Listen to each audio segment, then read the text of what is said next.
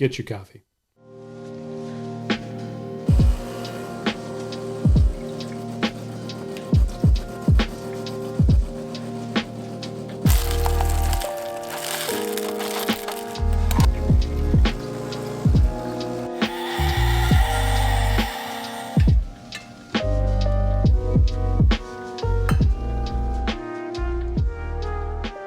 I don't know anyone that enjoys suffering. It's not something that we like to experience. And really, we will go to great lengths, at least I will, to keep from suffering. But it really is impossible to avoid suffering entirely or indefinitely. Though in the West, we do a pretty phenomenal job of mitigating it, which is great. If we could do so for everyone in the world, I think that would be spectacular. But suffering is one of the reminders that we live in a broken and fallen world. It is fascinating that although we've done an amazing job here in the West to mitigate our own personal experience of suffering through the benefits of modern science, technology, medicine, and the like, it is the same scientific and technological advances that have made it possible for us to see and be well acquainted with the sufferings of others throughout the world. When there is an earthquake in Indonesia, we know about it instantaneously. When there are wars and masses seeking refuge from them in the Middle East, we can't get away from the reporting of it constantly. It is hard to not be affected by the sufferings being experienced by others throughout the world. You'd have to be virtually sociopathic to not be affected by the sufferings of others. When thinking about suffering, we recognize that some suffer due to natural evils, things like droughts, fires, floods, famines, earthquakes, tornadoes, hurricanes, tsunamis, and the like, while others suffer due to moral evils, like theft, exploitation, murder, rape, just the general malevolence of a broken world. None of these things are good. None is enjoyable. They're not welcomed by us. In fact, whether you believe in God or you are an avowed atheist, we don't like to suffer, and we feel an internal compulsion to try to alleviate suffering. Why? Have you ever stopped to consider the question why we feel compelled to try to deal with suffering in the world? Other sentient creatures, animals, they appear to be indifferent to the issues that others face.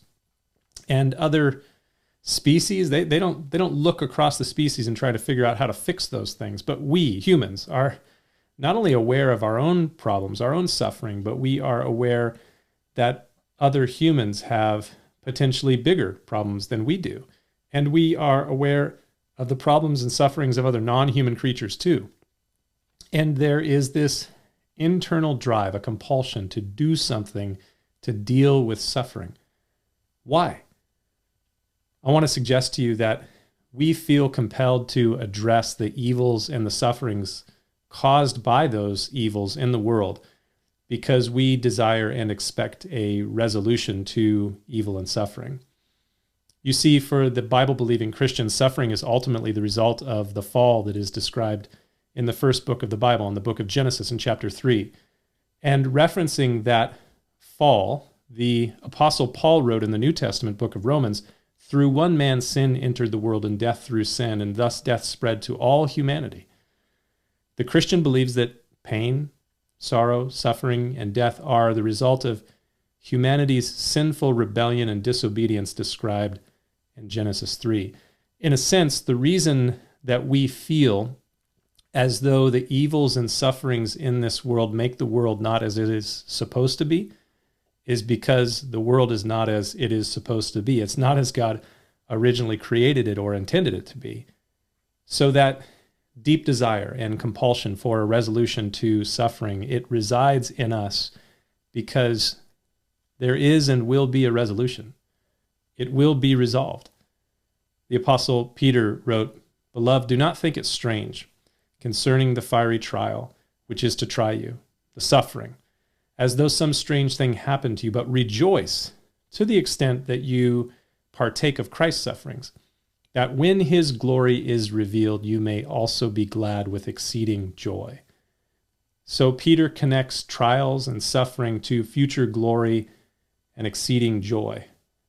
Many times in the Bible, suffering is paired with a reminder that future glory and joy await us. Like this, for I consider that the sufferings of this present time are not worthy to be compared with the glory which shall be revealed in us. For the earnest expectation of the creation, the desire of all creation, eagerly waits for the revealing of the sons of God. It's looking forward to the day when God comes again and transforms things. Therefore, we do not lose heart.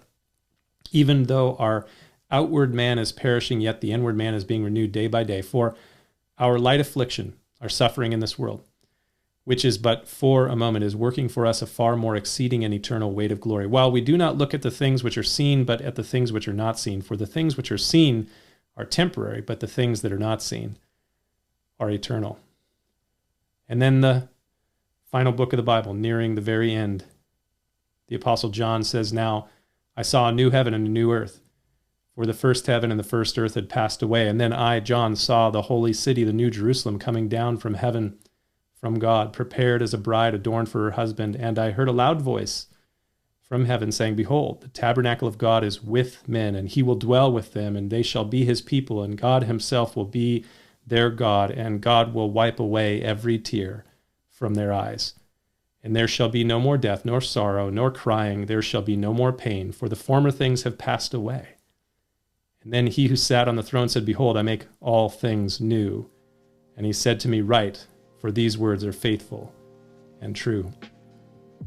I suggest to you that this deep desire for a world without suffering and pain and death has no good explanation in pure evolutionary materialism, but it does make sense when you begin to understand the world through a theological perspective.